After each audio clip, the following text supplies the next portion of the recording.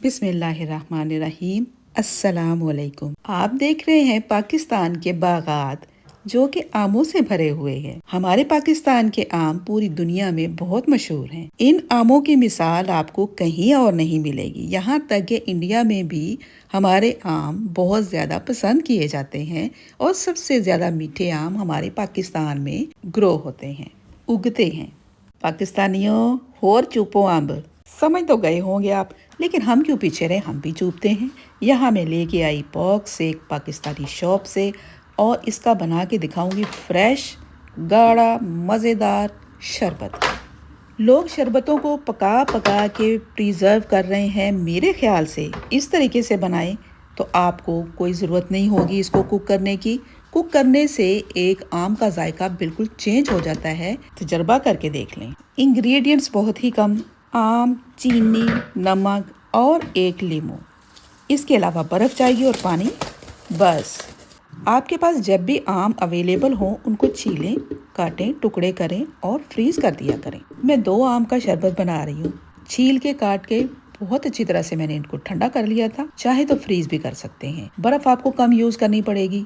Comments में बताएं कि आप क्या बना रहे हैं आम के साथ, आम का सौफले, केक या आइसक्रीम। और ये भी जरूर बताएं कि किस किस ने चोरी चोरी आम तोड़े हैं और पकड़े भी गए हैं। कॉपीराइट का स्यापा ना होता तो गाना लगा देती। तो आम कटे हुए डाल दिए जूसर में। इसमें सिर्फ डालेंगे चीनी, एक चुटकी नमक और इसमें ऐड कर देंगे आइस क्यूब्स। आइस क्यूब्स डाल दिए। फिर हमने एक लेमन को निचोड़ के उसको छान के डालना है। एक भी सीड नहीं जाना चाहिए इसके अंदर।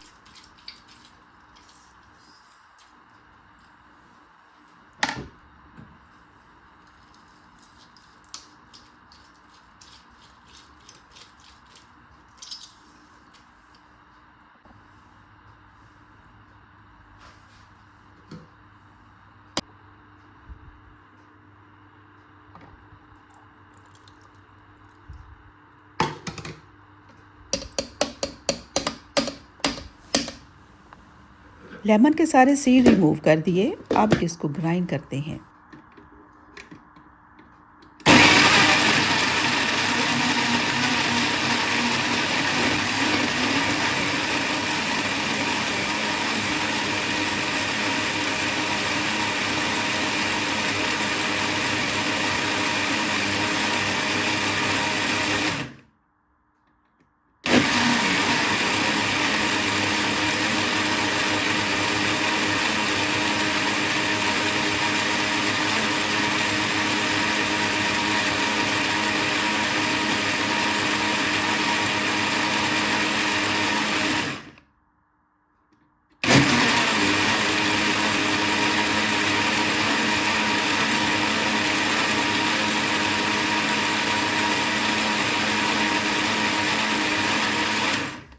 आइस डाल के खूब अच्छी तरह से ग्राइंड कर लिया। सॉफ्ट हो गए, बिल्कुल मुलायम, कोई लम्स नहीं है।